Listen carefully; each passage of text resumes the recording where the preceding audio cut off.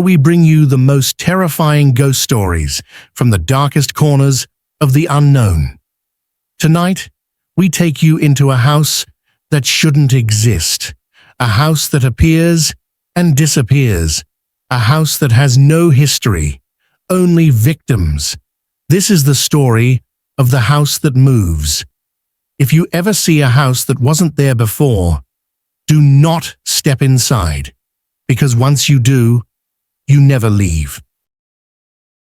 Part 1. A house that wasn't there yesterday. Jesse Carter was a real estate photographer. He had shot hundreds of houses, from abandoned mansions to modern high-rises. But this house was different. It wasn't on any map. It wasn't in any records. And when he asked the locals about it, they all said the same thing. That house wasn't there yesterday. Jesse ignored them. He had a job to do. Take the pictures, send them in, and get paid. But when he stepped inside, he made a mistake. He closed the door behind him. Part 2. The Rooms That Shift. The house was strangely silent. No dust, no furniture, just empty hallways that stretched too far. Jesse walked forward. The floors creaked under his boots. 1 shot, 2 shots, 3 shots. Then he turned around. The front door was gone. The hallway behind him was different. Longer, darker, like it had been waiting for him to look away. His breath hitched. Number? That's impossible. He took another step. The walls groaned. Then his camera flashed on its own. A picture was taken, and on the screen he saw something standing at the end of the hall. A shadow, watching him. Part 3. A house with no outside. Jesse ran, turned every corner, tried every door, but every hallway led to another hallway. Every door opened into another room. There were no windows, no way out. Just the sound of something moving in the walls. He pulled out his phone. No service. The time, 3:33 a.m., and then he saw it. A door that hadn't been there before. Red paint, rusted handle. A whisper drifted from the other side. You're almost there. Jesse didn't hesitate. He grabbed the handle, yanked the door open, and stepped through. Part 4. The other side. He was back outside, standing in the street. But the house? It was gone. Just an empty lot, overgrown with weeds. Jesse's hands trembled. Had he imagined it? Was it a hallucination? Then his camera beeped. Low battery. He checked the screen. There was one last photo. The outside of the house. But something was wrong, because standing in the upstairs window was himself, looking out, still trapped inside, still trying to get out. Part 5. A house that moves. Jesse never spoke about that night, but weeks later, a woman in another city posted a listing for a mysterious house, a house that wasn't there before. And in the photos she took, a shadow stood in the window, watching her, waiting for her to step inside. Because this house, it doesn't stay in one place. It moves, looking for new owners. And once you step inside, you never leave. Part 2. The house changes when you're not looking. Jesse had been inside the house for 5 minutes. At least, he thought it was 5 minutes. His watch wasn't working. His phone had no signal. And every time he turned a corner, the house was different. The hallways stretched further than before.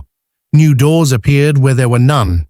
The air smelled old, but not dusty, like something was keeping the place frozen in time. His breath came in short gasps. This isn't possible.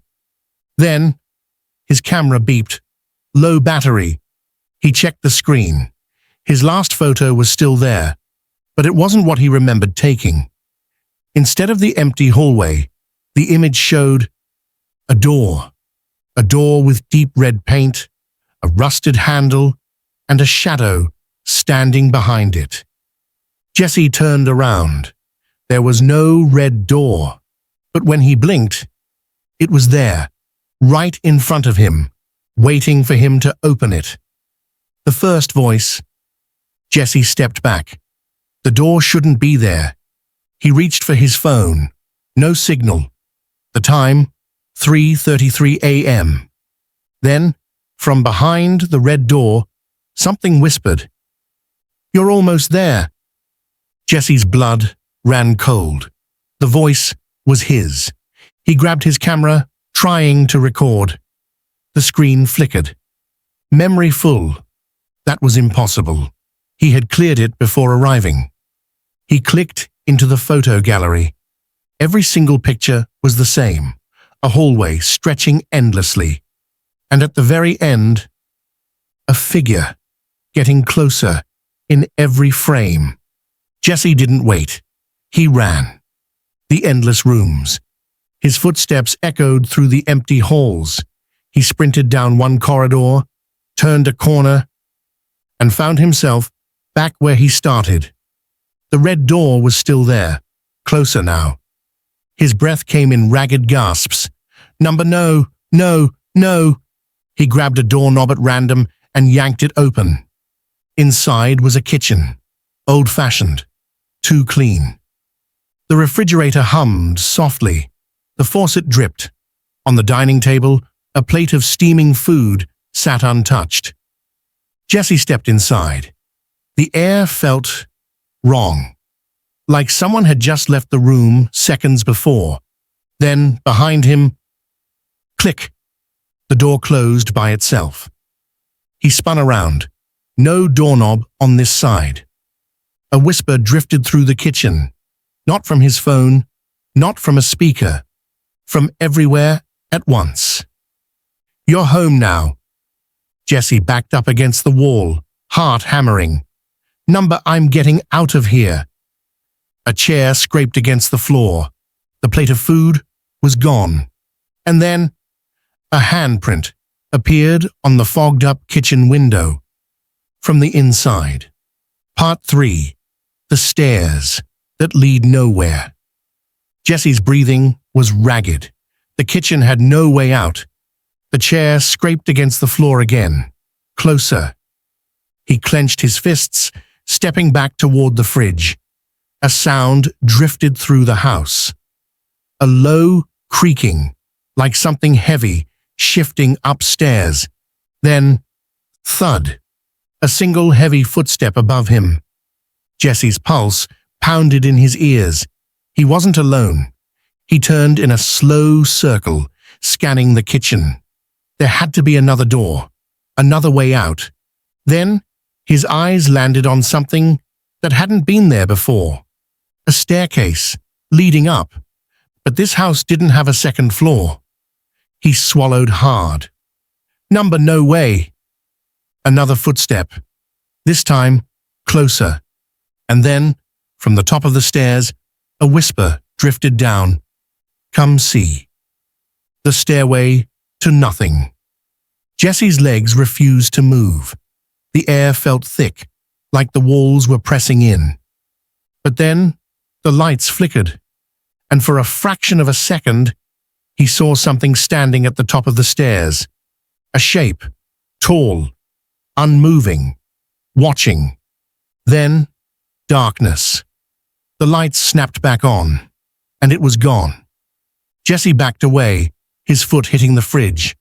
But the whisper came again, closer now. "Come see."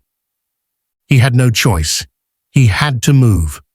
Holding his breath, he stepped toward the stairs. The wood groaned under his weight. 1 step, 2, 3.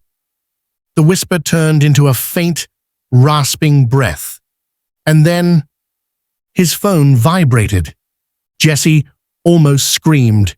He yanked it out of his pocket, hands shaking, no signal. But on the screen, A notification flashed. A message from an unknown number. Do not go up. The room that shouldn't exist. Jesse hesitated, gripping the railing. His legs felt like lead. Then, another vibration. Another message. It sees you. His breath hitched. The stairs suddenly felt colder. He forced himself to look up. The landing was empty. But the door at the top, it was wide open. Inside, Jesse saw a single chair, a mirror hanging on the wall, and something else. A camera, pointed directly at him. The screen on the back was on. It was recording. His heart pounded. Who had been using this? He stepped into the room. The door slammed shut behind him. His reflection stared back at him, except it wasn't moving. And then it smiled. Part 4. The Thing in the Mirror. Jesse's breath caught in his throat. His reflection wasn't moving. But then it smiled.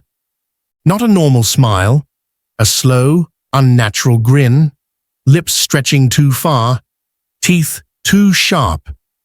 Jesse stepped back. The reflection didn't. Then it blinked, and the lights went out. The room with no door. Jesse fumbled for his phone. No signal. The air was heavy, pressing against his skin.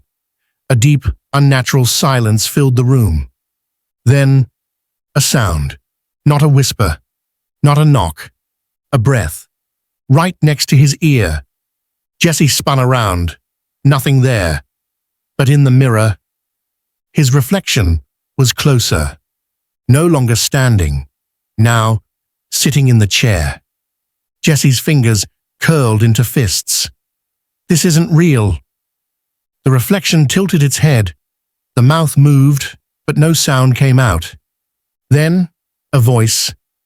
It's real enough. The words didn't come from the mirror. They came from behind him. The mirror door. Jesse ran, slamming into the walls, searching for a way out. But there was no door, no handle, no escape. Then, the mirror flickered, and his reflection stood up from the chair. It stepped forward, placing a hand against the glass. The surface rippled. A door forming out of the mirror, opening. The reflection stepped through, and Jesse realized it wasn't a reflection anymore. It was him stepping into the real world, replacing him, taking his place. Jesse screamed, reaching out. But the door slammed shut. He crashed into the glass, and from the other side, his reflection, no, not his reflection anymore, stood smiling at him. Jesse pounded on the mirror. Let me out. The thing wearing his face just waved. Then it turned, picked up Jesse's phone, and walked out of the room, leaving Jesse trapped inside the mirror. The house that moves. Days passed. Weeks. Months. Jesse didn't know. Time didn't work the same here. He screamed. No one heard. He ran through endless hallways. The house changed, shifting endlessly, until one day he heard a noise, a creak, a footstep. Someone else had entered the house. A new victim. Jesse ran toward the sound, desperate to warn them. But when he turned a corner, he saw himself. Another Jesse, another trapped soul, and behind him, the house whispered, "You're home now." Part 5. The Other Side. Jesse wasn't alone. Not anymore. The hallways stretched endlessly, twisting and shifting when he wasn't looking. The mirrors in this place didn't reflect him anymore. They showed something else, something watching from behind the glass. But worse than the house itself were the others, the lost ones. Jesse wasn't the first, and he wouldn't be the last. He saw them in the corners of his vision, shadows moving through the halls, faces half-formed, eyes hollow and empty. Some of them still looked human, others didn't. One night, he found a woman sitting in an empty room, staring at the wall. Jesse approached slowly. "Hey, are you trapped too?" She didn't respond. He stepped closer. "Do you know a way out?" Finally, she turned her head, and Jesse felt his stomach drop. Her face was blurred, like a corrupted image, shifting and distorting as she moved, as if she had been here too long. And then, in a voice that sounded like multiple people speaking at once, she whispered, "You will forget too." Jesse stumbled back. "Forget what?" She smiled, but her mouth didn't move. "Yourself." The house takes pieces. Jesse ran. Down the corridors, past the endless doors, through rooms that had no exits. His heartbeat pounded in his ears. His own breath sounded strange. He passed a mirror, and for the first time, he didn't see himself. There was no reflection, just empty space. Jesse lifted his hands to his face. It still felt real, but the house had started erasing him. The final choice. Jesse wasn't going to fade. He wasn't going to become one of them. He had one chance, one last option. Find the door, the original door, the one he came through. He ran, ignoring the whispers, ignoring the figures moving in the walls. The house groaned around him, shifting and twisting, trying to stop him. Then, there it was, the entrance. The only door that led outside. But standing in front of it was himself, the other Jesse, the one who had stolen his life. "You're not supposed to be here." The other Jesse smiled. "This is my life now." Jesse clenched his fists. "That was never yours." "No?" The thing wearing his face tilted its head. "Then take it back." And the lights flickered, and they ran at each other. What left the house? The front door burst open. Jesse stumbled onto the sidewalk, gasping for air. The house was gone, just an empty lot. Overgrown grass, like it had never been there. His hands trembled. He touched his face. Everything felt real. He was real. But as he turned, a window in a nearby building reflected his image, and for just a second, his reflection smiled on its own. The house moves again. Somewhere, in another city, another town, another street, a house appears, waiting for the next person to step inside, waiting for its next replacement. And once they do, they never leave.